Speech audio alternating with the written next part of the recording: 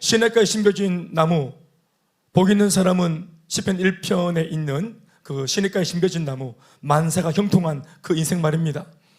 그 인생은 시냇가에 심겨진 나무와 같다. 아멘, 아멘. 시냇가에 심겨진 나무, 운명 한 달 뒤, 석 달 뒤, 1년 뒤 안 봐도 어떨까요?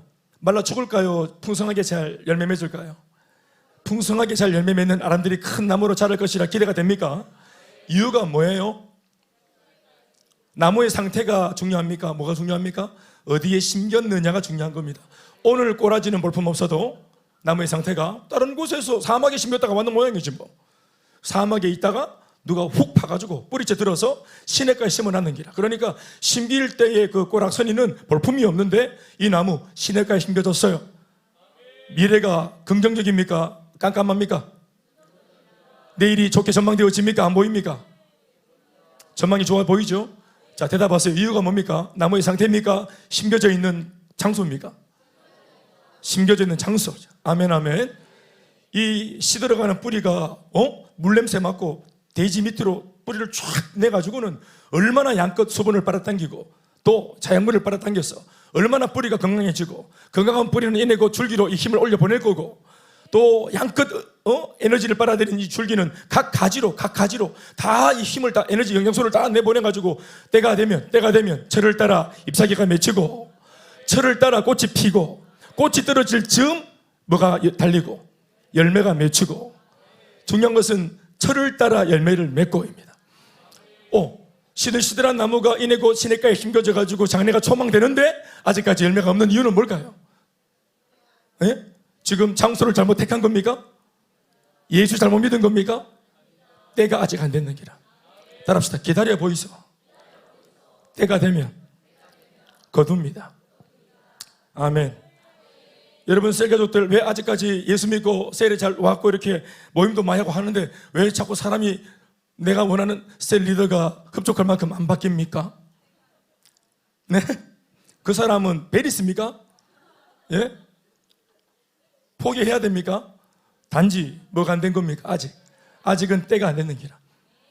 예. 사람마다 여기 앉아 있지만 사람마다 오늘 하루만 보더라도 우리가 오늘 하루를 아침에 일어나가지고 새벽 일찍 일어나서 아침에 출근해서 또 뭐 만나는 사람들 했던 일들, 또 뭐 자기가 겪었던 어떤 상황들, 전신이 다 다른 기라. 이게 그렇겠죠? 그러니까 다 다른 궤적을 그리면서 온 거예요. 이 자리에 앉아 있으니까 똑같이 온 게 아니고, 내 마음이 오늘 참 너무 하루가 좋아가지고 오늘 정말 진짜 해피한 하루였다 이렇게 앉아있지만 옆에 보니까 집사님은 저 교회에 왔는데 얼굴이 시커먼다, 저렇게 시커멓게 올 것 같으면 오지 말지 이럴 수 있겠죠? 그런데 따라합시다. 시커먼 얼굴로 온 게 은혜다. 그러니까 그 시커먼 얼굴, 지가 시커멓게 싶어서 시커멓겠나? 상황이 어려웠겠지, 고약한 사람 만났겠지, 상황이 빡셌겠지. 그러니까 얼굴이 하루 종일 지내다 보니까 껌껌해져 붙겠지. 그러나 그런 모습으로라도 포기하지 않고 이 기도하는 자리로 나온 것 자체가 은혜인 줄 믿습니다. 또다시 뿌리를 내려가지고 쫙 뻗어가지고 자양분 빨아들이려고 저 시냇가 쪽으로 뿌리를 내민 게 은혜인 줄 믿습니다. 그래서 오늘 이곳에 모인 우리의 이유와 또 목적하는 바는 제각기 다르지만 한 분 하나님 앞에서 우리의 여러 가지 다른 기도의 제목이지만 그 예수의 이름으로 기도하면 어제나 오늘이나 영원토록 동일하신 주님께서 오늘 말로 못할 은혜로 모든 각 세계 사람들한테 하나님 만든 은혜를 부어주실 줄로 믿습니다. 아멘. 네, 감사합니다. 이 말씀은 제가 기도할 때도 많이 제 스스로가 인용하고 또 제 마음이 좀 이렇게 좀 기도줄이 잘 안 잡힐 때 많이 암송하고 또 기도하다가 외치는 그런 말씀입니다. 네, 선을 행하되 낙심할지 말지니 포기하지 아니하면 때가 이르면 거두리라. 이러고 이제 하나님 다시 한번 달려갑니다. 도전합니다. 주님, 때가 이르면 거두게 도와주시고, 그 때가 언제인지 몰라서 시급을 하겠지만 주님, 그 때가 이왕이면 빨리 좀 오게 해주시옵소서 기도하고. 아멘, 아멘. 그래서 반드시 때가 되면 역전케 역사해 주십시오. 이렇게 기도하는 겁니다. 오늘 이 본문에서 제일 중요한 구절이 하나 있다면은 우리가 선을 행하되 하는 겁니다. 선을 행하되. 따라서 우리가 선을 행하되. 네, 오늘 제가 지금 건강검진을 좀 하고 왔더니 지금 물이 계속 마르네요. 오늘 제가 막 밑으로 또 찌르고 위로 또 찔러가지고 오늘 속을 다 들여다보고 왔는데 아유,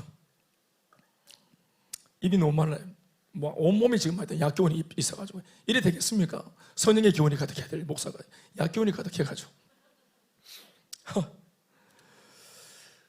우리가 선을 행하되 하는 겁니다.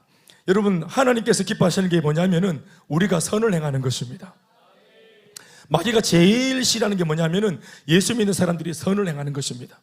그래서 우리가 선을 행하려고 마음먹고 딱 도전을 하면은 하나님도 일하시고, 그리고 속상한 얘기지만 마귀도 일합니다. 우리가 뭐 할 때? 안 하던 선한 일을 하려고 할 때 우리가 선을 행하되, 따라합시다. 우리가 선을 행하되. 하나님은 뭐 하시는 줄 아십니까? 때가 이르면 거두게 하시려고 열매를 준비하십니다. 그런데 마귀는 뭐 하는 줄 아세요? 중간에 나오죠? 낙심과 포기를 들고 옵니다. 그래서 오늘 설교 제목이 좀 부정적인 설교 제목이죠? 이야기만 좀 좋게 하면 좋을 텐데. 따라합시다. 낙심과 포기가, 따라합시다. 낙심과 포기가 반드시 온다. 마음에 안 들어도 어쩔 수 없어요. 낙심과 포기가, 우리가 선을 행하려고 할 때 마귀가 요 짓거리를 해서 낙심을 들고 오고 포기를 들고 옵니다. 그런데 마귀만 일하는 게 아니라 하나님도 일합니다. 그런데 단지 내 눈앞에 먼저 보이는 것은 마귀가 하는 짓입니다. 낙심이 보이고 포기할 그런 어떤 그림들이 보입니다. 그런데 이 낙심과 포기 너머에 누가 일하고 있냐면은 때를 따라 돕는 주님의 은혜가 거기에 예비되어 있습니다. 할렐루야. 이 참 중요한 얘기입니다. 저는 오늘 이 금요일 말씀 대단히 깊은 말씀, 여러분들의 허를 찌르고 또 하늘 문이 열려서 막 선영의 불이 임해서 다 태아보고 막 이런 말씀이 아니라도 우리가 오늘 선을 도전하는, 선한 일을 도전하는 입장에 있는 교회로서, 아멘, 아멘. 이따가 설명하겠지만 여기서 말하는 선한 일이라고 하는 것은 단순히 착한 일을 말하는 것이 아닙니다. 우리가 말하는 착한 일, 물론 그것들 포함되어 있는 것이죠. 아니라기보다는 포함되어 있죠. 그러나 그것은 굉장히 작은 의미고, 좀 더 소극적인 의미고, 좀 더 광의적인 더 큰 의미를 내포하고 있는 뜻이 이 선이라는 단어입니다. 선함이라 하는 것은 단순히 착한 행위나 행실을 의미하는 것으로 제한되어 있지 않고, 하나님의 사람이 믿음으로 행하는 모든 삶의 행위라는 좀 더 광의적인 의미를 가진 말씀입니다. 단지 그냥 선한 행위를 하는 것이 아니라 뭐에 근거한, 뭐를 통한 선한 행위? 믿음에 근거한, 믿음을 통하여 하려고 하는 선한 행위. 그러니까 믿음의 근거에서 하나님을 믿기 때문에, 다시 말하면 하나님을 믿기 전에, 믿음이 없을 때 신앙생활 하기 전에는 엄두를 못 냈던 그 어떤 영역인데, 하나님을 믿기 때문에, 할렐루야, 한번 도전해 보는 겁니다. 또 하나님의 말씀이 나한테 도전하라고 나를 부추기시고, 기도할 때마다 저마다 성령이 내 마음에 도전을 주시고 감동을 주시고, 그래서 자기를 잘 돌아보면은, 목사님, 제가요 예수 믿기 전에는 절대로 이렇게 할 사람이 아닙니다, 제가. 그런데 예수 믿고 믿음이 생기고 이 믿음이 주는 배짱 때문에 내가 지금 이렇게 합니다 라는 사람들의 말을 들어보죠. 아멘, 아멘. 다시 합니다. 선함이란 하나님의 사람이 믿음으로 행하는, 믿음에 근거해서 행하는 모든 삶의 행위입니다. 원래 사람은 본질상 죄인이기 때문에 죄인인 사람 속에는 아예 처음부터 일찌감치 선이라는 것이 아예 없습니다. 우리 속에는 선이라는 게 없어요. 제가 방금 말씀드린 대로, 성경에 이른 바대로 본질상 진노의 자녀, 이렇게 말하는데, 에베소서에서 인간은 본질상 진노의 자녀다, 본질상 죄인이다. 이 본질상이란 말이 뭐냐 하면은 존재론적으로 이런 뜻입니다. 그러니까 우리는 죄를 지어 죄인이 아니고 나면서부터 죄인이고, 이미 우리 속에 선이 없이 태어나는 거예요, 우리가. 그래서 죄를 지어 죄인이 아니고 우리가 하는 모든 행위와 생각하는 바가 다 악합니다. 예수를 믿기 전에, 믿음이 없을 때까지, 예수 믿고 거듭나기 전까지는 우리 안에 선이라는 것이 없습니다. 선인 것처럼 보이는 것입니다. 그리고 여유가 되고 할만하니까 선한 행위가 나오는 것이지, 그렇지 않은데도 이 선이 지속적으로 반복적으로 영구히 계속 나오지 못합니다. 원래 이 선이라는 것이 우리한테 본질상 없는데, 저도 없고 여러분들한테도 없고, 그러니까 안심하세요.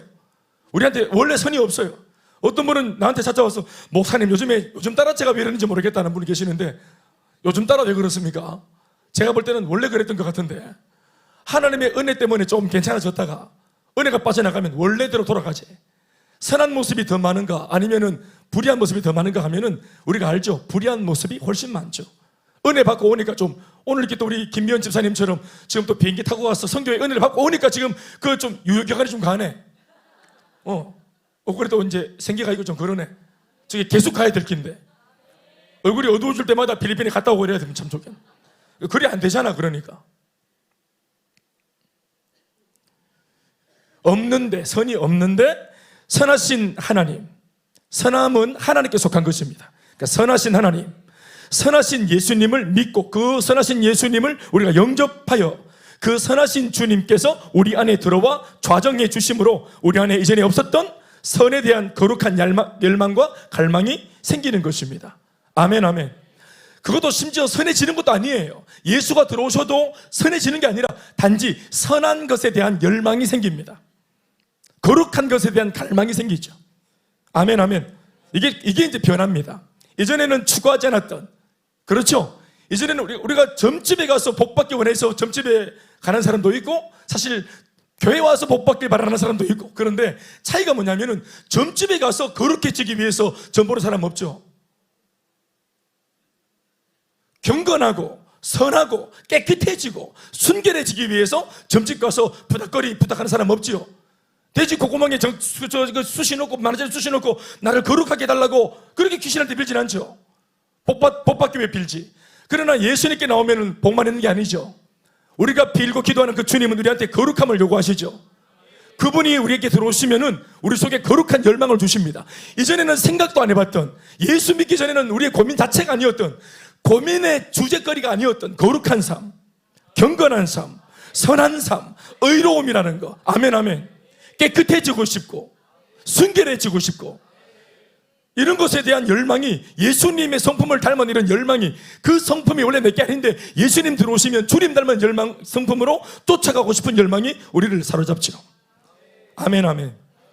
그래서 저는 이것을 어떻게 말하냐면은 선에 대한 거룩한 갈망이라고 말하는데, 성령이 들어오시면 우리 안에 거룩한 열망을, 갈망을 일으킵니다. 아멘, 아멘.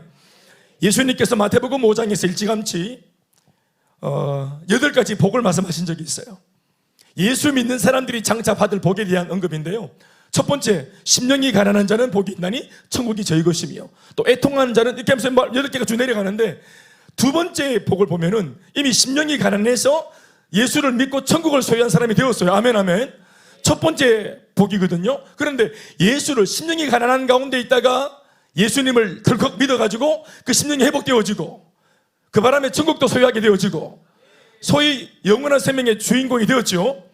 그러면 여기서 끝나는 게 아니고 하나님이 우리에게 구원을 주시고 천국 주신 그 주님께서 우리의 갈급한 심령을 채워주시고 끝나는 게 아니라 두 번째 복으로 넘어가는데, 두 번째 복이 재물, 일확천금을 얻고 이게 아니고, 두 번째 복이 뭐냐면은 예수를 믿고 거듭난 사람한테 일어나는 거룩한 변화가 뭐냐, 복이 뭐냐면은 애통하는 복을 주십니다. 바로 애통하는 복을 주세요. 심령이 가난했다가, 삶에 지치고 막 제 맘대로 안 돼가지고 우환이 겹치고 막 마음이 가난해가지고 누가 전도할 때 덥석 예수 믿고 그 갈증이 채워진 사람한테 주님이 두 번째 주시는 복은 손에 뭔가를 쥐어주는 복이 아니라 애통하는 복을 주세요. 우리한테 성령이 들어오시면 그 성령은 거룩한 영이시기 때문에 지난날 예수 없이 우리 마음대로 살았던 지난 과거에 대해서 애통하게 하십니다. 여기서 말하는 애통의 그 원어 가까운 뜻이 뭐냐면은 장례식장에서 사랑하는 자기 식구를 잃고 애통하며, 애곡하며 우는 걸 말하는 거예요. 곡하는 걸 말하는 겁니다. 그냥 슬퍼서 울고 울적해서 우는 게 아니라 진짜 사랑하는 가족을 잃고 절규하며 우는 그 애통을 말하는 거예요. 곡하는 걸 말하는 겁니다.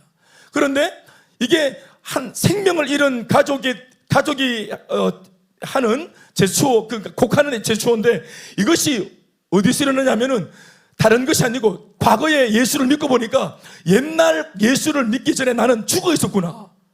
옛날 예수 믿기 전에 나는 죽어 사망 가운데 있었구나. 그리고 그렇게 계속 살았다가는 진짜 죽음을 맞이했겠구나. 비참하게 살다가 비참하게 죽고 비참한 지옥에 갈 뻔했구나 하는 것에 대한, 예수를 믿기 전 자기가 지었던 삶과 죄에 대한 애통입니다. 아멘이십니까?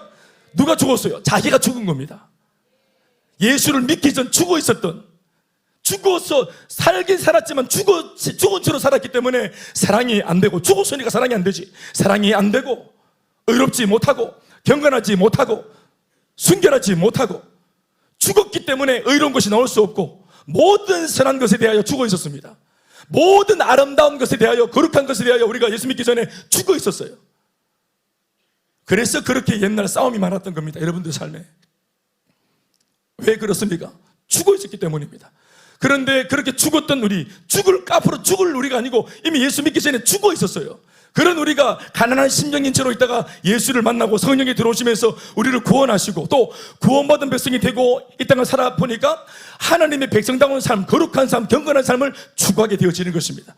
우리 속에 있는 성령의 갈망이고 우리한테 바라시는 주님의 요청입니다. 그래서 제일 먼저 하는 것이 뭐냐면은 애통을 하는 거예요. 바로 선한 삶을 추구하는 게 아니라 제일 먼저는 선하게 살지 못한, 선과 거리가 멀었던 내 지난날 삶에 대해서 애통하는 겁니다. 이 애통이 뭡니까? 다른 말로 말하면 회개잖아요. 예수를 처음 믿고 신앙이 생기면 제일 먼저 하는 거 회개입니다. 회심이죠.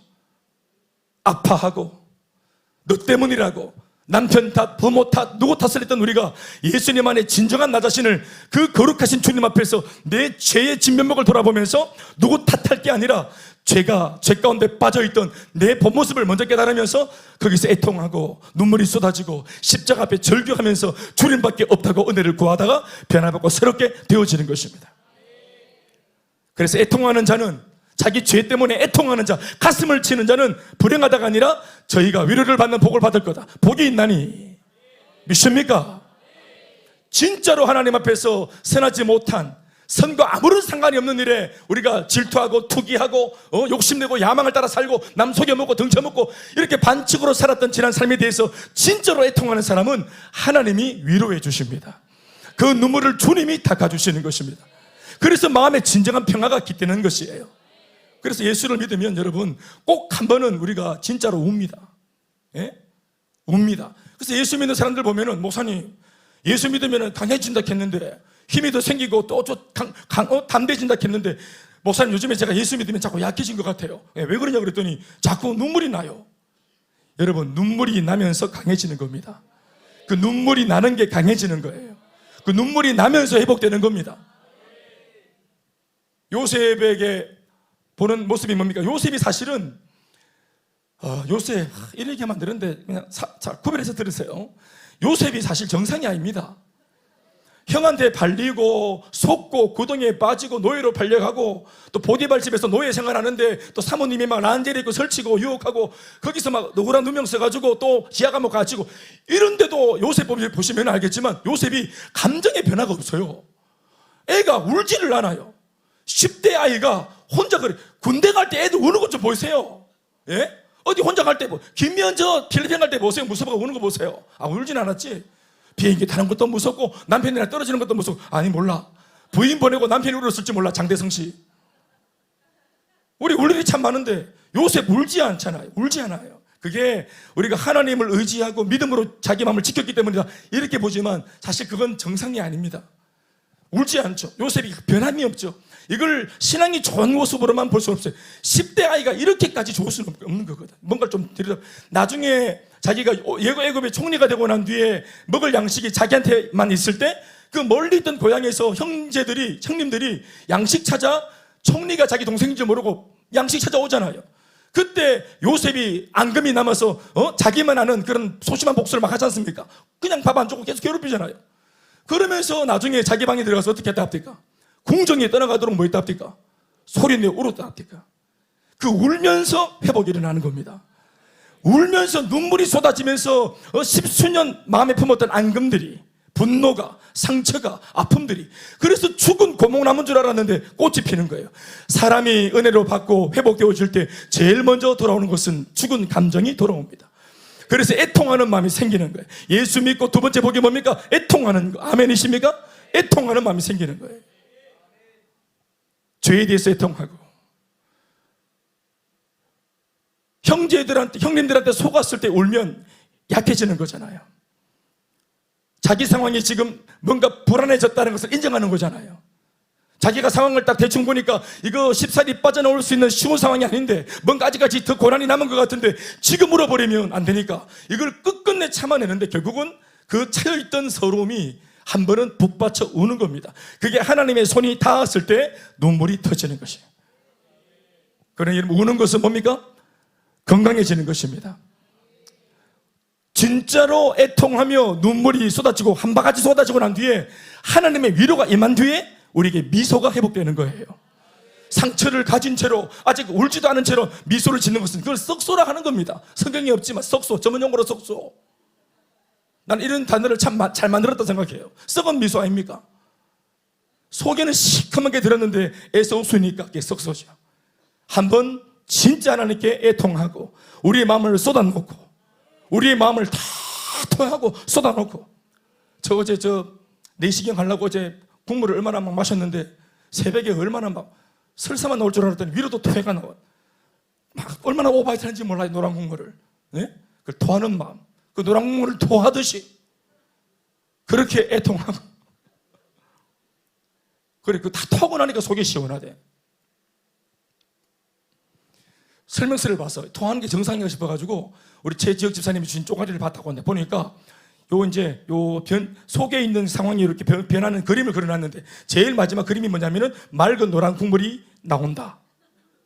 요게 정상이라 하더라고. 맑은 노란 국물이 근데 위로 나와서 문제인데 하여튼 나왔어. 그게 뭐래요? 지금 잘 되고 있는 중입니까? 못 되고 있는 중입니까? 그게 지금 내시경하기 딱 좋은 상태가 된 게라.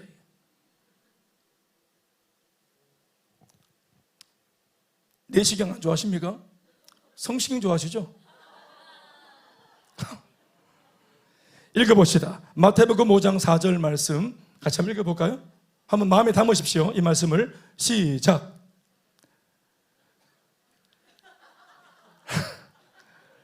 낙심과 포기가 옵니다. 이걸 견뎌야죠. 말씀을 띄워주시면 다 같이 읽어보시죠. 시작. 금요일날 기도하다가 애통하고 눈물이 한번 확 쏟아진 적이 있다. 손 한번 들어보이소. 자, 그날 울고 집에 나갈 때 기분이 우울했나 기뻤어요? 어땠어요? 울고 나가니까 진짜 세상이 막 진짜 내 것 같죠? 네? 착각입니다. 우리 매주마다 울어야 된다. 할렐루야. 근데 분명한 것은 이렇게 진짜로 자기의 예수 없었던 지난 삶에 대해서 진짜로 애통하고 아파하고 이 애통을 한다는 것은 지금 예수 믿는 지금 현재는 뭐 한다는 말입니까? 감사한다는 말이죠. 그러니까 과거에 대한 애통과 아픔 그리고 어떤 면에서는 연민이죠. 하나님 모르고 그 고통 속에서 이렇게 좋은 세상이 있는데 하나님 모르고 예수 모르고 교회를 모르고 예배 모르고 그렇게 내 힘으로 억척같이 살아오려고 애썼던 지난날 내 모습이 불쌍한 거죠. 그래서 눈물이 나는 겁니다. 그런데 그 눈물만 나는 게 아니라 지금 현재 나의 모습은 그런데 거기서 벗어나서 산자의 땅에 있으니까 이게 세상 감사하고 그래서 하나님의 위로의 손이 어깨를 들썩이며 우는 그 집사님의 어깨를 매만지시며 안아주시고 사랑하는 내 딸아 사랑하는 내 아들아 하고 이래 위로해 주시는 거죠. 아멘이죠. 이때 말씀하시는 애통이 뭔가 하면 바로 죄에 대한 아픔과 슬픔을 의미한다고 했습니다. 믿음이 생겨 성도가 된 이 예수 믿는 하나님의 사람의 내면에서 일어나는 놀라운 변화의 증거 중에 너무도 중요한 증거가 바로 이겁니다. 죄에 대한 애통. 믿습니까? 하나님을 모르고 살아온 지난 시절에 대한 후회와 아픔. 동의하시면 아멘 하시고 그러면서 과거로부터 오늘 현재까지의 삶에 대해 이런 식으로 다시 재정립하도록 성령께서 애통하는 가운데 나를 이끌어 주시는 것입니다. 완전히 이제 지난 날은 다 지나가고 새 것이 되었다 하는 선언이 내게 주어지는 것입니다. 그런가 하면 죄악된 과거를 청산한 오늘 현재로부터 내일과 앞날 더 나아가 미래와 향후 모든 남은 삶을 향해서는 남다른 삶에 대해서 관심을 두고 고민하고 열망하게 만들어주시는데 그게 바로 뭐냐면은 선한 삶에 대한 사모와 도전입니다. 과거에 대해서는 애통하고 이제 그러면서 막 과거를 청산하고 아멘. 네, 청산 딱 하고 더 이상 과거의 망령에 지나간 과거의 망령에 매이지 말고 할렐루야. 지나간 것은 할렐루야. 그렇게 하는 거예요.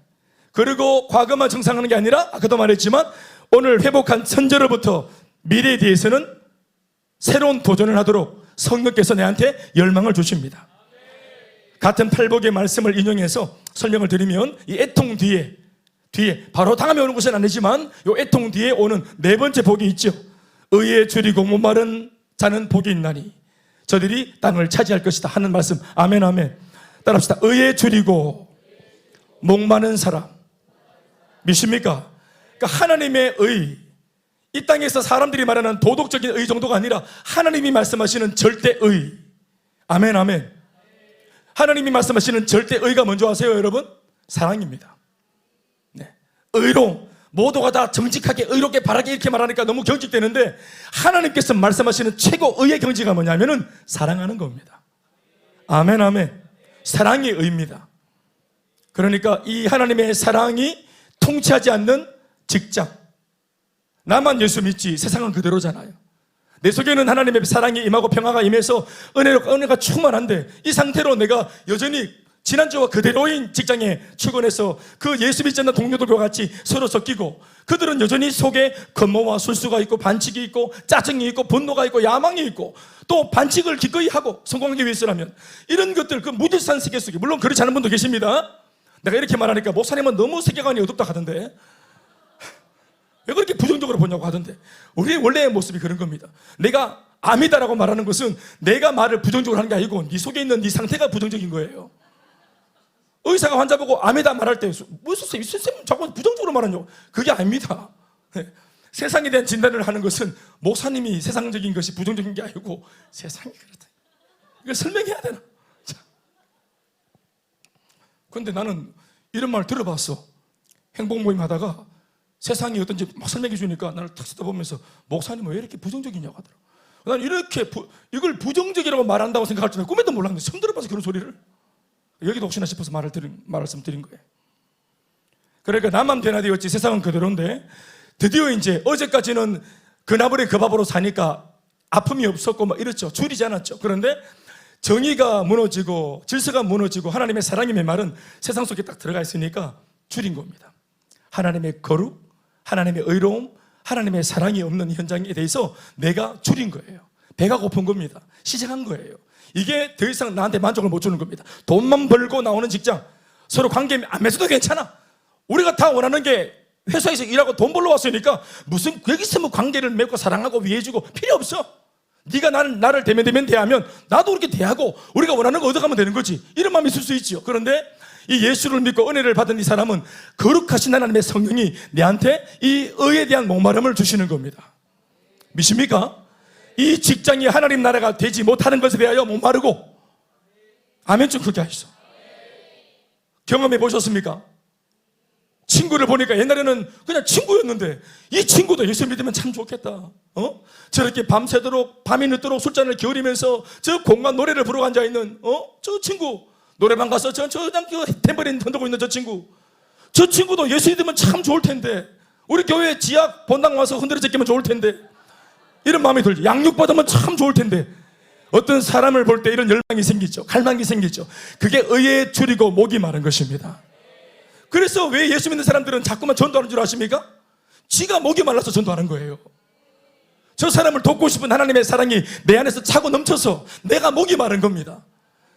그 사람이 원래는 목이 마른데 그 딱 한 사람을 보면 나도 목이 마른 거예요. 그게 하나님의 사람입니다. 그게 바로 뭐냐? 주님의 심정이라는 거예요. 그게 주님의 마음을 품고 내가 사실은 목마른 게 아닌데 목마르고 줄인 사람을 그 사람이 줄였는데 내가 마치 줄이고 목마른 것처럼 마음이 같이 동화되어서 내가 회개해야 될 것처럼 회개하고 내가 기도할 것처럼 내가 기도하고 친구를 위해서 목마른 기 우물을 판다고 지가 교회 와야 되는데 생각 없으니까 내가 우물을 먼저 발견한 내가 복음을 들고 가서 욕을 먹을지언정 복음을 전하고 이게 뭐예요? 의에 줄이고 목마른 사람이 복음을 전하는 거예요. 의에 줄이고 목이 마른 사람이 기도하는 겁니다.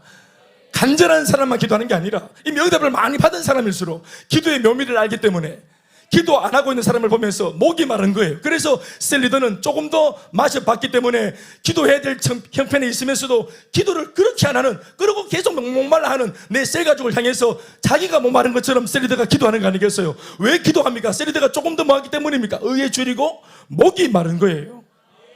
그게 성숙입니다.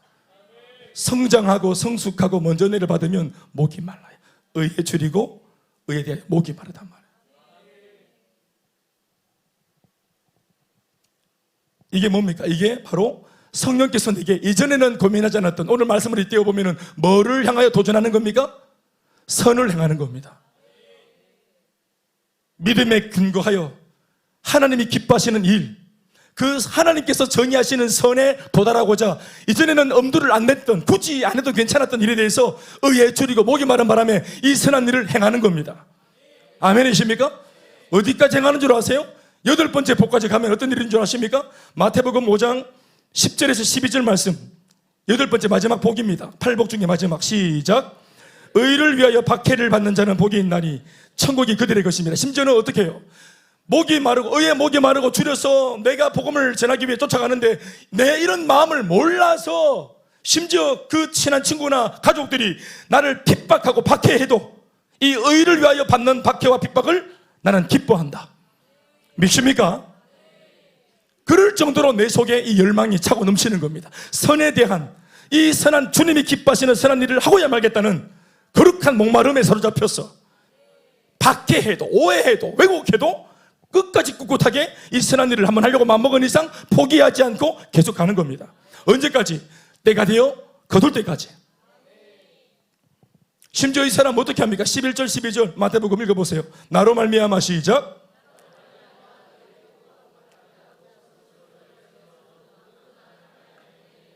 예수님 다시 말씀이 나 때문에 받는 핍박, 복이 있다. 차라리 나 때문에 받는 욕, 핍박, 박해, 오해받는 거 복이 있을지어다. 이 말을 하는 이유가, 이 말씀을 적어놓은 것을 통해서 우리가 느끼게 될 것이 뭡니까? 주님이 보고 계십니다. 주님이 알아주십니다. 주님이 알아주시면 되는 거 아니겠어요? 그래서 12절 말씀에 주님께서 하신 말씀이 이럴 수 있다고 말합니다. 이렇게까지 할 수 있다고 말합니다. 12절 시작. 기뻐하고 즐거워하라. 누구한테 하는 말입니까? 의를 위하여 박해를 받는 너희들아, 기뻐하고 즐거워해라. 하늘에서 너희의 상이 큼이라. 심지어 너희 전에 있던 선지자들, 아브라함으로부터 시작해서 너희가 아는 모든 구약의 선진들, 모든 믿음의 선배들, 그들 모두가 다 이와 같은 핍박을 받았다. 너도 같은 동료다. 너도 그들 선상에 놓여 있다. 아멘, 아멘. 선한 삶에 대한 거룩한 갈망, 믿음 없던 지난 불신자일 때의 삶에서는 거의 고민하지 않았던 것들, 그런 영역들, 아까도 말했지만 의로운 삶, 거룩한 삶, 경건한 삶, 순결한 삶에 대해 고민하기 시작하고 관심을 두기 시작하고 심지어는 그렇게 살고 싶어서 마음의 갈증까지 생기게 되는 이런 놀라운 삶의 열매들이, 또 변화들이 그 예수 믿는 사람한테 나타나는 것이에요. 아멘, 아멘. 한 사람 소개하겠습니다. 우리 잘 아는 사람인데, 모세. 이 모세에 대한 해석을 설명을 여러 가지로 할 수 있지만 저도 할 수 있겠죠. 제가 모세를 아니까. 그런데 히브리서 기자가 소위 믿음장이라고 말하는 히브리서 11장에 수많은 믿음의 선배들에 대해서 언급을 하다가 이 모세도 언급했는데, 이 모세의 부분에서는 이 히브리서 기자가 이렇게 해석을 해놓았습니다. 히브리서 11장, 그러니까 모세의 그 이야기가 얼마나 깁니까? 예? 장구한 그 모세의 삶과 사역에 대한 그 엄청난 대서사를 이렇게 단 몇 구절로 히브리서 기자가 정리를 해놓았어요. 히브리서 11장 24절에서 26절 말씀입니다. 읽어보실까요? 같이. 시작. 믿음으로 모세는 장성하여 바로의 공주의 아들이라 칭함받기를 거절하고 도리어 하나님의 백성과 함께 고난받기를 잠시 죄악의 낙을 누리는 것보다 더 좋아하고 그리스도를 위하여 받는 수모를 애굽의 모든 보화보다 더 큰 재물로 여겼으니 이는 상 주심을 바라봅니다. 다시 한번 합시다. 무엇보다 기가 막힌 이 히브리서 기자의 주회의 내용 중에 우리 눈을 번쩍 뜨게 하는 부분이 뭐냐면은 그리스도를 위하여 모세가 수모를 겪었다는 거예요. 예수님, 그리스도를 위하여 모세가 고난과 박해와 핍박을 받았다는 거예요.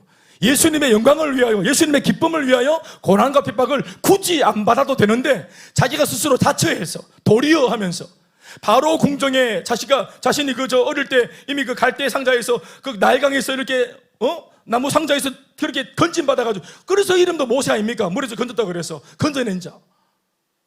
그래서 복을 얼마나 많이 받아가지고 당대에 자기 갓난쟁이일 때 자기 또래는 다 악어밥이 되고 다 죽임을 당했는데 혼자 이렇게 또래 중에 혼자밖에 없어. 모세는 그 연도에 이스라엘 백성 중에서 그 연도에 유일하게 생존한 모세입니다. 바로 이집트 파라오 바로의 딸 공주의 양자가 되었잖아요. 엄청난 복을 받은 거 아니겠어요? 어떻게 떠내려가도 그런 데 떠내려갔겠어요? 잘 떠내려간 겁니다. 어떻게 보면 인간적으로. 그래서 복을 많이 받았지. 40세까지 궁정에서 왕자처럼이 아니라 왕자였죠. 자기 말 한마디면 안 되는 게 없고 겁이 없고 얼마나 모든 학문과 또 문화와 여러 가지 또 제주에 능한 쪽집게 가해를 배우니까 모든 걸 다 엘리트를 불러가지고 쪽집게 가해를 배우니까 모든 부분에서 뛰어났죠. 그런데 그렇게 자기가 얼마든지 궁정에서 더 그렇게 호의호식하고 자기 배만 위하고 그럴 수 있었겠는데 나중에 자기 출생의 비밀을 알고 그리고 하나님의 섭리였는지 모르겠지만 본인이 뭔가 하나님의 인도를 받으면서 오늘 이 적힌 대로 많은 이야기가 있지만 다 거두절미하고 히브리서 기자는 뭐라고 딱 정리했냐면 이렇게 정리한 거죠. 믿음으로 모세는 장성하기 전에는 의리하게 있었는데 성장했단 말이죠. 성장하고 난 뒤에 바로의 공주의 아들이라는 이름을 그걸로 칭찬받고 누리기를 거절했단 말이에요. 자기에게 유익한 것을 거절하는 거예요. 여러분, 거절하는 사람이 성숙한 사람입니다. 아멘, 아멘. 그래서 도리어 하나님의 백성과 함께 그 당시에 막 노가다하고 노역 생활하던 피라미드 짓고 막 그냥 날마다 두드려 맞던 그 노예들, 차라리 하나님의 백성 노예들과 함께 고난받기를 잠시 죄악의 낙을 누리는 것보다 더 좋아했다. 아멘, 아멘. 그런데 이것을 놓고 구약의 인물인데 히브리서 기자는 자기는 예수를 모르는데도 그리스도를 위해서 산 것이 아닌데도 하나님은 어떻게 간주하느냐? 그리스도를 위한 수모라고 간주하시는 것입니다. 그리스도를 위하여 받는 수모를 애굽의 모든 보화보다 더 큰 재물로 여겼으니 이는 상주심을 바라봤다. 영적인 하늘나라 가치관으로 가치관이 달라진 겁니다. 이 땅의 세속적인 가치관에서 하늘나라 영원한 나라의 가치관으로 가치관이 어느 사이 모세가 달라진 거죠. 아멘, 아멘. 사람이 달라지니까 다른 사람에게서 다른 삶이 나오는 겁니다. 그리고 달라진 그 모세에게서 나오는 남다른 삶이 250만 명의 히브리 백성을 건지고 구원하는 일에 쓰임받았습니다.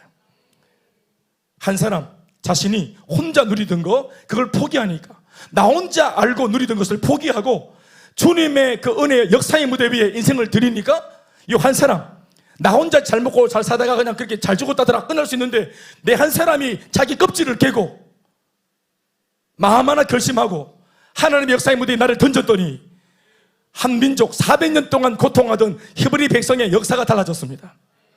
한 민족의 운명이 달라졌어. 한 사람 때문에. 오늘 여러분들이 행복 모임으로 전도한 그 사람 있죠? 여러분들이 살아생전 수많은 일을 하는 것 중에서 가장 위대한 일을 한 것입니다.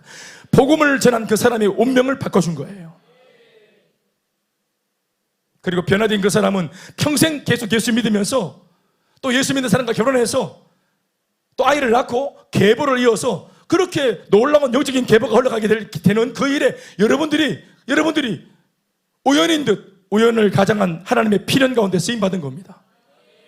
아멘, 아멘.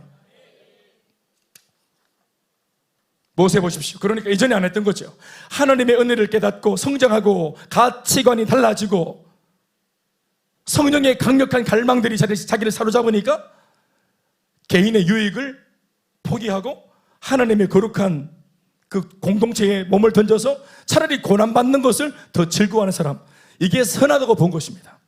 아멘, 아멘. 선을 행한 것이죠. 선에 대하여 도전을 한 것이죠. 오늘 갈라디아서 6장 9절 말씀을 읽었습니다. 우리가 선을 행하되, 오늘 바울이 말하는 선을 행하되라고 말하는 이 선이 뭐냐 하면은 단도직입적으로 액면가로 말하면 아래 윗절을 보면 좀 나와 있습니다. 8절의 말씀에 이렇게 적고 있습니다. 읽어볼까요? 뭐가 선한 일인지 시작. 자기의 육체를 위하여 심는 자는 육체로부터 썩어질 것을 거두고 성령을 위하여 심는 자는 성령으로부터 영생을 거둔다. 그러니까 선한 일이 뭡니까? 예전에는 우리가 육체의 것을 위해서 몸이 원하는 대로 사는 세속적인 삶에 생명 걸고 살았는데 이제 예수 믿고 거듭나서 이제는 어떻게 산다고 합니까? 내 속에서 성령이 원하시는, 성령을 위하는, 성령이 재촉하시는 삶을 살게 되었다. 여러분, 영적인 삶인 줄로 믿습니까? 이 영적인 삶이 바로 선한 삶에 대한 도전입니다. 말씀 생활할 수도 있겠고, 기도하는 생활할 수도 있겠고, 예배 생활할 수도 있겠고, 교회의 질서 속에 들어가서 이제 나 혼자가 아니라 공동체와 더불어 사는 모세와 같은 삶의 결정일 수도 있겠죠. 그게 액면가로 바울이 말하는 이전에 하지 않았지만 지금 함으로 참 좋은 삶, 바로 선한 삶이에요. 또 밑에도 나옵니다. 갈라디아서 6장 좀 긴 말씀 11절에서 17절 말씀인데 읽어보셔야 됩니다. 이것이 선한 일입니다. 예수 믿고 갈라디아 교회 교인들이 지금 도전하고 있는, 이전에 하지 않았지만 예수 믿으면서 하고 있는 선한 일 읽어보시죠. 시작. 내 손으로 너희에게 이렇게 큰 글자로 쓴 것을 보라. 왜 큰 글자로 썼냐면 중요하기 때문에 크게 이렇게 쓴, 폰트를 크게 키워 쓴 겁니다. 진짜로. 12절 시작. 물은 육체의 모양을 내려 하는 자들이 억지로 너희에게 할례를 받게 함은 그들이 그리스도의 십자가로 말미암아 박해를 면하려 할 뿐이라. 할례를 받은 그들이라도 스스로 율법은 지키지 아니하고 너희에게 할례를 받게 하려는 것은 그들이 너희의 육체로 자랑하려 함이라. 그러나 내게는 우리 주 예수 그리스도의 십자가 외에 결코 자랑할 것이 없으니 그리스도로 말미암아 세상이 나를 대하여 십자가에 못 박히고 내가 또한 세상을 대하여 그러하니라. 할례나 무할례나 아무것도 아니로되 오직 새로 지으심을 받은 것이 중요하니 무릇 이 규례를 행하는 자에게와 하나님의 이스라엘에게 평강과 긍휼이 있을. 마지막 시작. 이후로는 누구든지 나를 괴롭게 하지 말라. 내가 내 몸에 예수의 흔적을 지니고 있노라. 다 자면하십시다. 예수를 믿는 사람들 두 종류가 있습니다. 종교생활하는, 형식적인 할례를 자랑하는, 그것을 신앙의 흔적이라고 자랑이 되는 사람. 갈라디아 교회 안에 있으면서도 유대주의자들, 유대교회에서 개종한 사람들, 아직까지 뿌리가 유대교회에 있는 사람들, 율법을 중시하는 사람들, 예수 그리스도의 복음이 아니라 아직까지도 율법에 속해 있는 사람들은 이방인으로서 교인된 사람들한테 자기들이 우리는 달라 하면서 뻐기는 거예요. 그 뻐기는 것 중에 한 가지가 뭐냐면 할례 흔적입니다. 그래서 할례가 없는 이방인들을 무시했어요. 같은 교회 안에 있으면서도 기도 열심히 해도, 헌금 많이 해도 무시하는 거. 속된 말로, 요즘 말로 말하면 개무시하는 겁니다. 예? 그래서 목사님이 이방인 출신이지만 할례를 안 받았지만 열심히 하는 사람 셀러드로 세우고 국장으로 세우고 이러면은 눈이 막 벤들벤들 해가지고 막 쳐다보면서 아르비를 훑어보면서 할례도 안 받은 저런 사람을, 금증도 안 낸 저런 사람을 집사 줬다고 이렇게 그런 식으로 하는 거예요. 그러니까 이 한 교회 안에 율법주의자들, 그리고 소위 말하면 종교주의자들이 있었던 겁니다. 형식적인 종교주의자들. 한 교회 안에. 바울이 하는 말이 뭐냐면 그들에게 속지 말라는 것입니다. 아멘이십니까? 표면적 할례자가 되지 말고 마음의 할례, 이면적 할례자가 되어라. 너의 마음의 표피를 베고 예수 그리스도를 향하여 사기를 부정하고 인격적으로 진짜 종교생활이 아니라 신앙생활을 하는, 십자가를 자랑하고 십자가의 흔적을 가지고 있는 진정한 영적인 흔적, 스티그마, 예수의 흔적을 가진 사람이 되어라. 아멘, 아멘.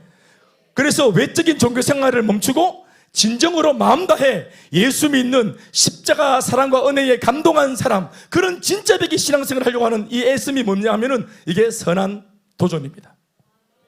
아멘입니까? 이런 도전들. 그러니까 갈라디아 안에 있는 이런 이방인이었다가 예수를 믿고 성령의 요구를 따라서 이제 영적인 삶을 살려고 하는 너희들 포기하지 마라. 잘하고 있으니까. 화려한 종교생활을 하는 사람들 부러워하지 마라. 타이틀을 부러워하지 마라. 그들의 연조를 부러워하지 마라. 관록을 부러워하지 마라. 오늘 간 믿어서도 진실되게 믿으면 주님 기뻐하신다. 십자가를 추구해라. 십자가를 자랑해라. 마음의 할례를 자랑해라. 그것이 선한 도전이다. 믿습니까? 그러나 이런 선한 도전을 할라치면 곧장 역사가 일어나고 박수와 갈채를 받는 일이 일어나야 되는데 그렇지 않을 때가 많습니다.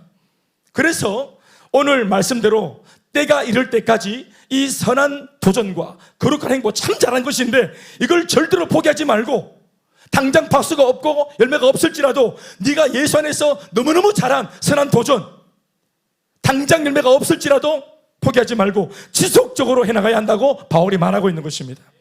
이 지속과 계속이 관건입니다. 지속과 계속을 선으로 이어가기 위해 우리가 해야 될 결단이 한 가지 필요한데, 그것은 바로 뭐냐면은 수고하기로 결정하는 것입니다. 수고하기로 결정해야 돼요. 우리가 선한 도전을 할 때 반드시 먼저 오는 것들이 있습니다. 우리가 선한 결정을 할 때 반드시 먼저 오는 것이 뭐냐면은 천사가 오거나 가브리엘이 오거나 이렇게 오는 게 아닙니다. 응답의 사람이 오거나 내가 선한 결정을 할 때 이 마음 어떻게 알고 내 남편이 막 그냥 같이 밥술을 쳐주고 그렇게 하는 거 아닙니다. 그렇게 안 할 때가 더 많아요. 우리가 선한 도전을 할 때 반드시 먼저 찾아오는 것들이 뭐냐면은 오늘 말씀이 이미 밝히고 있기를 뭐가 온다고 합니까? 낙심과 포기가 먼저 옵니다. 사실은 정확히 말해서 낙심이 오는 게 아니라 낙심할 만한 상황이 옵니다. 상황이. 포기가 오는 것이 아니라 포기할 만한 상황이 우리한테 주어집니다. 사건이 생깁니다. 우리를 상황 속으로 밀어넣습니다. 마귀가. 차라리 그래서 어떤 마음이 드냐면은 이 낙심할 만한 상황과 포기할 만한 상황 속에 들어앉은 이 믿음의 사람의 마음속에 이 뭐가 자꾸 들어오냐면은 내가 괜히 이 선한 일을 했다. 내가 맥지로 안 하던 짓을 했다. 예수 믿는 것을 포함해서 이전에 안 하던 맥지로 내가 별난 짓을 했다.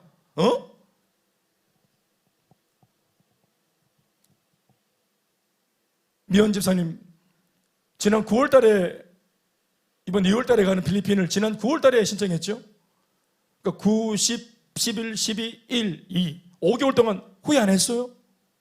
아까 간증 들어보니까 내가 왜 이랬을까? 거리가 멀었을 때는 걱정이 없다가 임박하니까 남편한테는 말을 못하고 허락은 받아야 되겠는데 또 남편은 자꾸 막 또 비행기가 자꾸 난리가 날 게 뭐고 자꾸 뉴스는 자꾸 압박을 해오고 TV를 폭발을 시키든지 해야지 지금 마귀가 나를 시험하려고 비행기까지 건드나 싶을 정도로 저게 나를 향한 저게 시험 같고 말이지. 또 남편은 그거 보고 나는 말도 안 했는데 쳐다보면서 혹시 내 몰래 어디 저 비행기 탈락하지 말해 이런 말도 막 하지. 어떻게 귀신같이 귀신의 말 어떻게 알았을까? 내 곧 비행기 타는데 자기 부인 사랑하는 마음, 그것도 사랑하는 마음에 당신은 절대로 비행기 타지 말해 이렇게 말했다. 지금 그 말하려고 지금 잔뜩 준비해놨는데 연락했는데 비행기 타지 말해 사랑한다 하니까 할 말이 없대. 그래서 내가 막 말라고 내가 뭐 어차피 못 갈 건데 내가 돈을 집어넣어가지고 뭐 빼지도 못하고 이거 또 이런 갈등을 내가 말라고 하노 이렇게 비싼 밥 먹고 내가 그럼 가만히 있으면 되는 건데 내가 오지랖을 부렸고 내가 맥주로 내 팔자에 무슨 성교고 아니 이건 내가 그냥 하는 소리입니다. 오늘 너무 은혜로운 간증 감사했고요. 안 하던 도전을 했잖아요. 제일 먼저 오니까 남편이 갑자기 어디서 뉴스 막 친구 만나가지고 와 선교를 하는 거 고상한 게 있나? 여보 당신도 예수 믿으니까 당신 교회는 선교 같은 거 안 하나? 내가 보내줄게. 이리 안 하고 함부로 가지 말해 이렇게 딱 얼음장을 놓고 어떻게 알았을까 이런 거. 여러분 미연 지사님만 그런 게 아니라 저도 많이 경험했는 겁니다. 수련회 가서 우리 아버지 위해서 기도하고 오면 있잖아요. 우리 아버지가 귀신같이 알아요. 내가 우리 아버지를 위해서 기도를 많이 하고 우리 아버지 용서할 마음으로 기도 3박 4일 내가 또 기도하는 거 아시죠? 우리 스타일 목이 시도로 기도한다 아닙니까? 이미 목은 3박 4일 수련회 가서 첫날 나십니다. 둘째 날까지 갈 것도 없어 이미 목이. 첫째 날 그냥 뭐 다 성대가 다 거들나가지고는 그래 막 속을 긁어내는 기도를 하는 가지만 놓고 우리 아버지 사랑하게 해주세요. 우리 아버지 용서하게 해주세요. 수주증뱅이 우리 아버지 용서하게 해주세요. 이거 막 성령님하고 막 권능님하고 충만해졌어. 그런데 딱 집에 가니까 물이 다 부사졌어. 어젯밤에 아버지 술 먹고 와서 현관문을 다 부사보는 거야. 현관문 보는 즉시로 막 그냥 바로 성령은 달아나고 물론 달아나신 것은 아니겠지만 바로 성령은 사라지고 내 속에 막 낙심과 포기 딱 바울이 기가 막히게 적어놨지. 완전 진짜 정확하게 들어옵니다. 낙심과 포기 다른 놈도 아니야. 낙심이 뭡니까? 떨어질락 마음이 뚝 떨어져 본대. 기도해가지고 마음을 용케 올려놨는데 정의 딱 해놨는데 사랑할 마음 용서할 마음 딱 해놨는데 이게 현장을 딱 보는 순간 뚝 떨어져 본대. 낙심 말에서 떨어졌다 뭐랍니까? 낙마 갑자기 마음이 떨어지걸 낙심이라 한다. 이게 뚝 떨어졌다. 마음이 뚝 떨어져 본다고. 올라올 때 싫을 때는 진짜 막 기도해가지고 정말 막 그냥 쪼매씩 이렇게 마음이 올라오는데 이게 막 낙심에 떨어질 때는 바로 순간적으로 툭 떨어져. 바로 미움. 사랑은 막 얼마나 더딘지 사랑이 안 돼. 싫어도 안 돼. 미움과 다툼과 시기는 바로 어제 경험이 있지요. 우리 교회 양육훈련 2년 걸립니다. 2년 동안 쇠가 빠지게 가르치놨는데 낙심은 3초 걸립니다. 바로 딱 때려. 그래 얼마나 약오르노? 이렇게 목사가 되어서 양육을 하고 훈련을 하고 제자 훈련시킨 이 목사는 그런 여러분 보면은 약이 올라 죽겠어. 약이 올라요.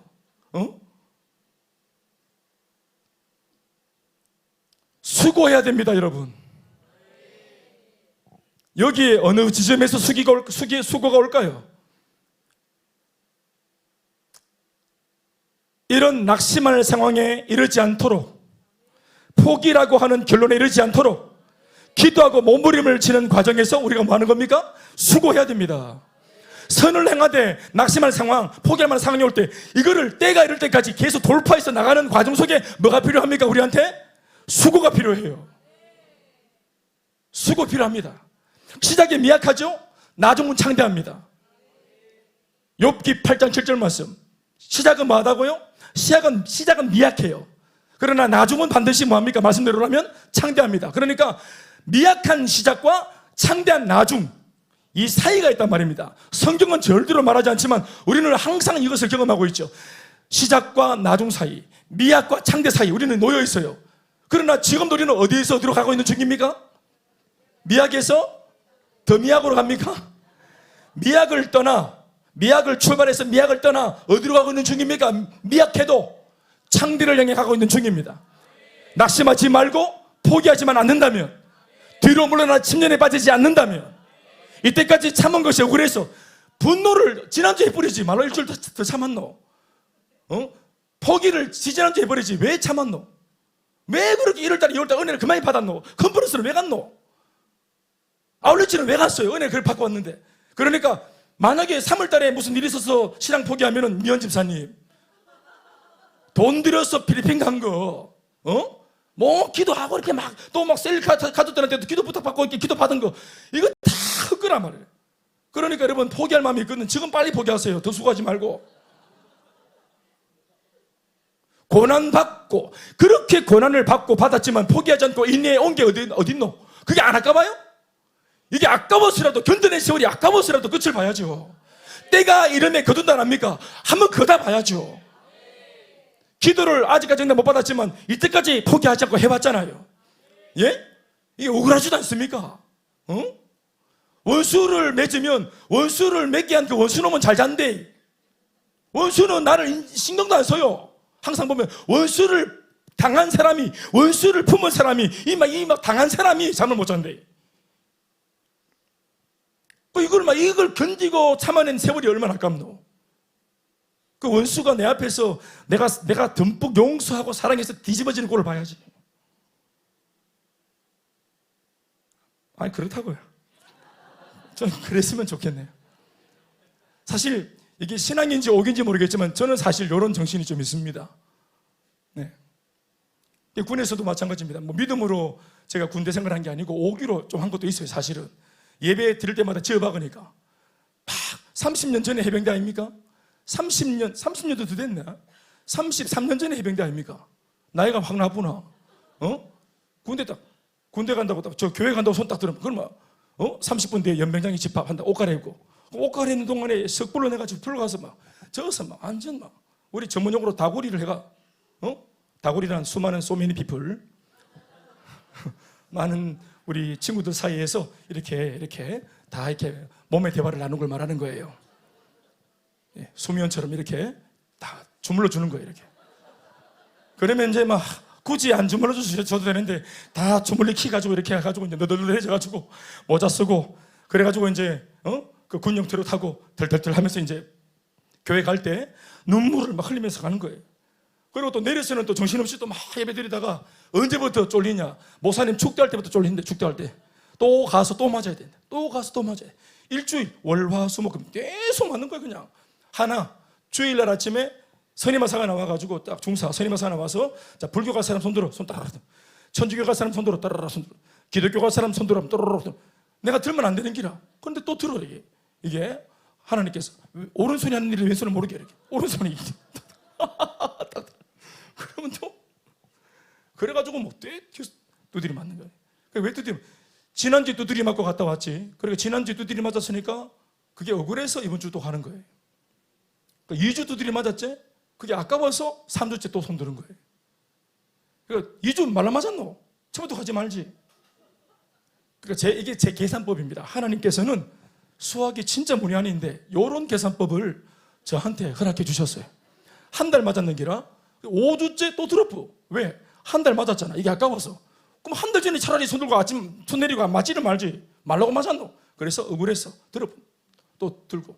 그리고 또 다른 생각은 뭐냐면은 이때까지 때리는데 또 때리겠나? 해서 한번 들어보는데 자꾸 때리대. 자꾸 때려. 그래. 낙심하지 않고 포기하지 않고 그들도 끝까지 때리대. 요거 6개월 딱 하니까 끝났습니다. 요 6개월 딱 하고 끝났어요. 그걸 마음대로 교회 가도록 환경이 열렸어. 이거 하면 집에 못 간다. 할렐루야. 할렐루야. 선한 일을 했습니까? 도전 참 잘했습니다. 성령이 내게 주시는 갈망을 따라 예수를 믿기 전에는 엄두도 못 냈던 애통해 하면서 지난 과거를 내보내고 이제 거룩한 성령의 인도를 받아 따라서 내 속에 나 같은 사람도 의에 줄이고 목마른 사람이 되어지고 더 나아가 의를 위해서 핍박받는 자리까지 가게 되어지고 하나님이 기뻐하시는 일에 대해서 사모하는 마음으로 동참할 마음이 생기고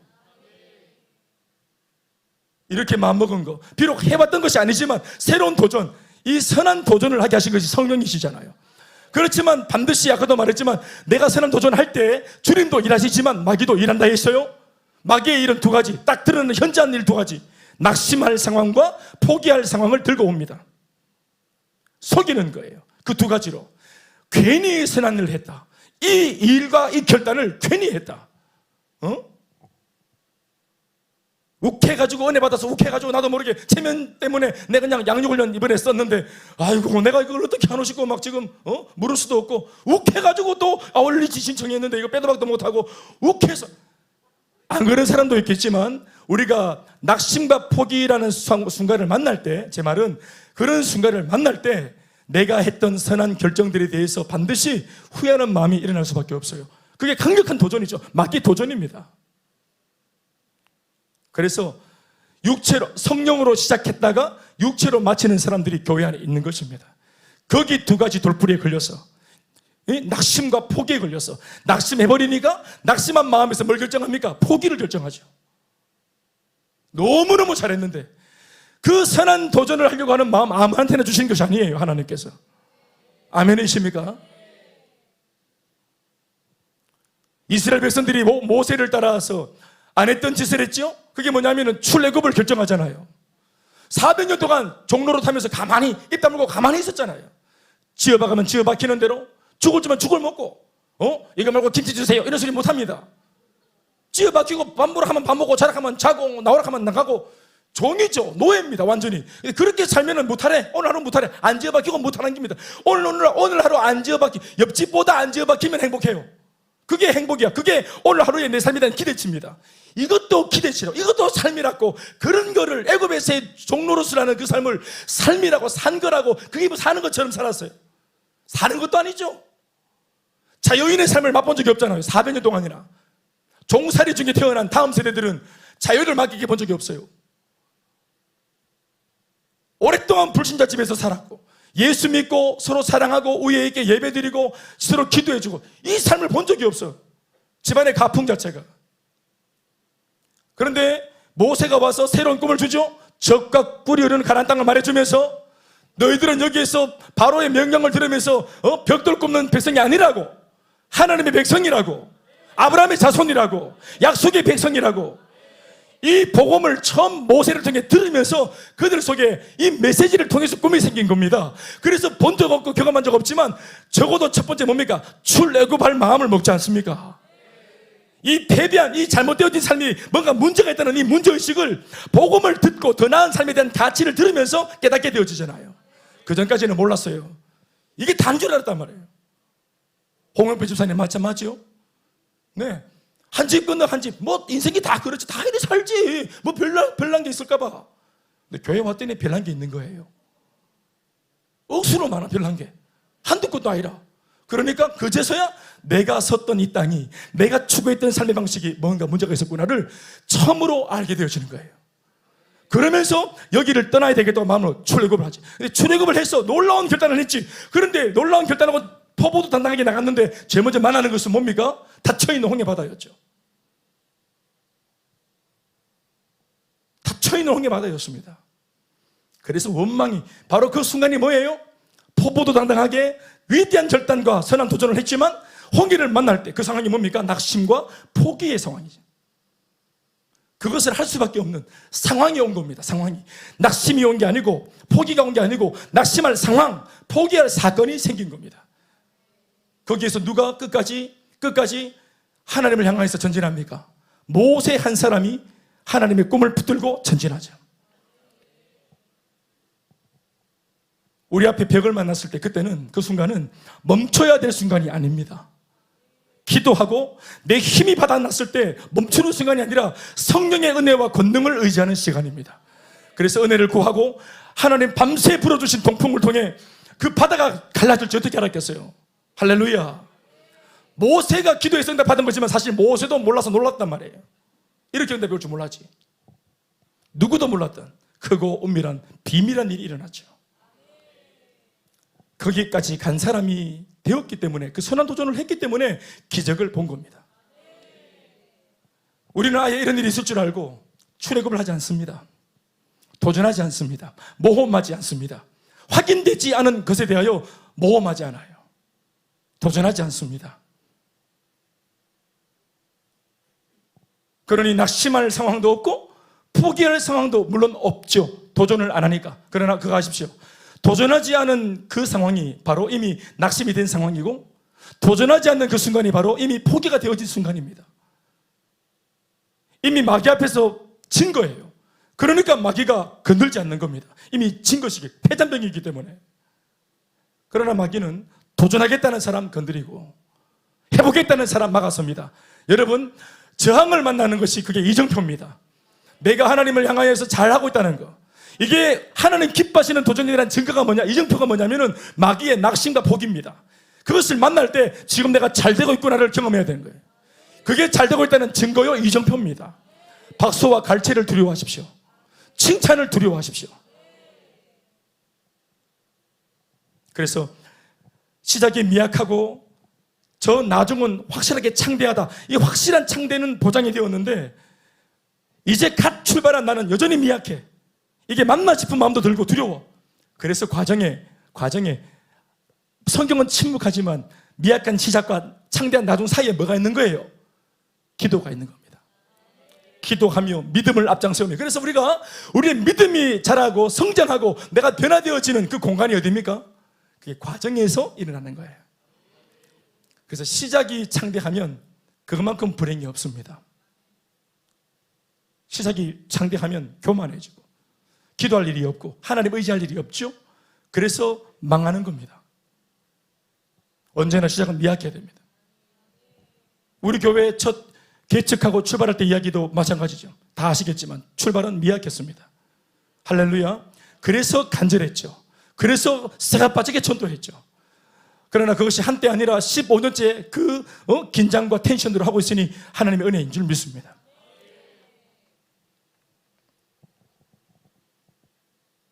똑같죠. 뭐 다른 게 아니고 골리앗도 마찬가지. 다윗이 왕이 될 거라고 이름이 사무엘에게 기름 부으심을 받고 형제들 앞에서 집에서 기름 부음 받고 딱 낙인을 지켰어. 그 다음에 하나님의 때를 기다렸는데 다음에 기다렸던 때가 뭐냐면은 골리앗의 출몰이잖아요. 결국 그 골리앗을 잡아내면서 역사의 무대 위에 출사표를 던지지 않습니까? 그러니 골리앗의 출몰은 다윗에게 고난이 아니라 다윗을 역사 무대 위에 올려놓는 하나님의 역사였던 것입니다. 포부도 당당하게 모세 뒤를 이어서 요수아가 기치를 들고 깃발을 들면서 당당하게 요단강 건너 나갔더니 제일 먼저 만난 것은 여리고성이었어요. 견고한 여리고성. 그러나 견고한 여리고성을 믿음으로 돌파하는 과정에서 요수아에게 백성들 앞에서 획득된 권위가 생기는 것입니다. 그 리더 모세의 다음, 모세의 그늘에 눌려가지고 자신감 없이 출발한 그 다음 리더였던 요수아, 그 요수아에게는 여리고성의 전투가 꼭 필요했던 겁니다. 아멘입니까? 그걸 넘어서면서 하나님의 은혜가 임하는 겁니다. 예수님이 우리를 구원하신 놀라운 은혜의 방법이 뭐였습니까? 전략이 뭐였습니까? 십자가에서 죽으시는 것이었습니다.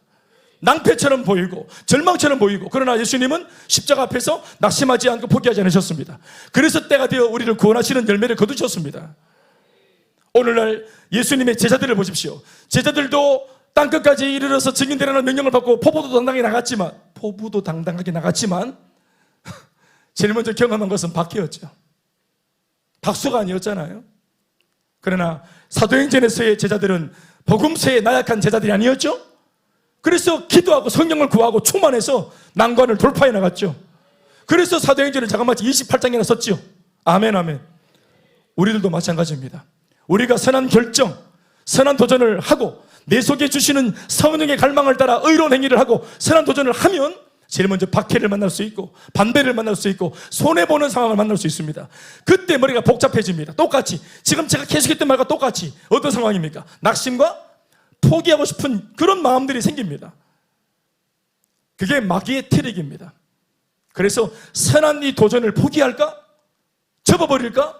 아무도 모르게 조용히 은밀하게 그냥 내려놓을까? 그런 유혹이 생기는 겁니다. 여러분, 그거를 밀어붙여야 됩니다. 박준, 밀어붙여야 된다 알겠는가? 호철아, 밀어붙여야 돼. 알겠는가? 솔지, 밀어붙여야 돼. 알겠나? 이제 주일날 예배 드릴 수 있는 환경이 되었나? 밀어붙이니까 열리지. 네 중심으로 딱 지각 변동이 일어나고 판이 딱 짜지지. 그 말을 하기까지 두려웠는데 원장님, 저 이제 주일날 예배 지켜야 되겠어요. 저는 이제 주일날 출근 안 할래요. 주일날 쉬는 저 미장원 갈 거예요. 이런 말했더니 너는 빠지라. 나는 저 오늘만 빠지면 안 되고 저 이것도 빠지고 저것도 빠지고 나 훈련도 받고 다 해야 돼요. 그러니까 주 5일이 대포제. 그러니까 옆에 있는 다른 직원들도 있는데 니만 특기를 줄 수 없으니까 원장이 모두 다 그냥 5일 일하자 했다며. 때가 이름에 거둔 겁니다. 저 보세요. 자기가 직원인, 직원인데 물론 뭐 저 세컨 직원이지만 직원인데 원장의 이 시스템을 바꾸잖아요. 자기가 놀고 싶어서 그랬습니까? 예배를 사수하겠다는 마음 가지고 믿음에 근거해서 선한 일을 도전했더니 낙심과 포기가 잠깐 왔지만 끝까지 질주했더니 때가 이르러서 내가 주장한 이 믿음의 중심으로 모든 이 질서들이 재편되었죠. 목사님 하는지 몰랐지? 난 다 듣고 있다 이렇게. 얼마나 기분이 좋은지 몰라. 얼마나 기분이 좋은지 몰라. 솔지는 지금 양육반 3번 가라겠습니다. 직장 때문에. 본의 아니게. 졸업한 것보다 낫다 네가. 졸업장 받아가라 이번 주에. 졸업장 그거 쪼가리 받으면 뭐 한우 삶이 안 바뀌는데. 신앙을 졸업해보고 하는데.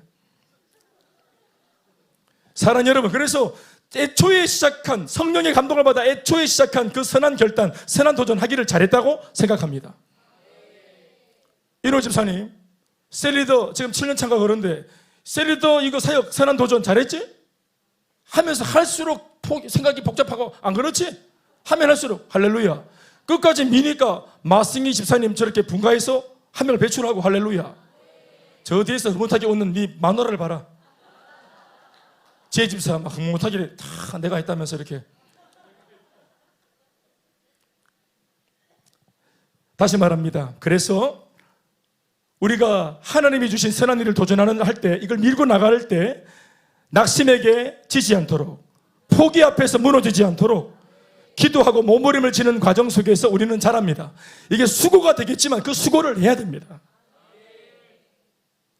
낙심과 포기를 꺾어내고 처음 시작하여 도전해 오고 있는 이 선한 도전들을 하는 과정에서의 수고는 절대로 이상한 일이 아닙니다. 별스러운 일을 당하고 있는 것이 아닙니다. 재수가 없는 것이 아닙니다. 베드로전서 4장 12절 읽어보세요. 다 같이 시작. 사랑하는 자들아, 너희를 연단하려고 오는 불시험을 이상한 일 당하는 것 같이 이상히 여기지 마세요.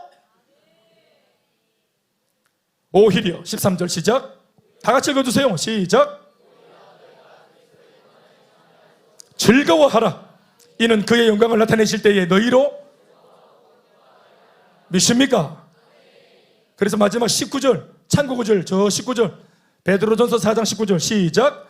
그러므로 하나님의 뜻대로 고난을 받는 자들은 또한 선을 행하는 가운데 그 영혼을 미쁘신 창조주께 의탁하면 주님이 도우시고 인도하십니다.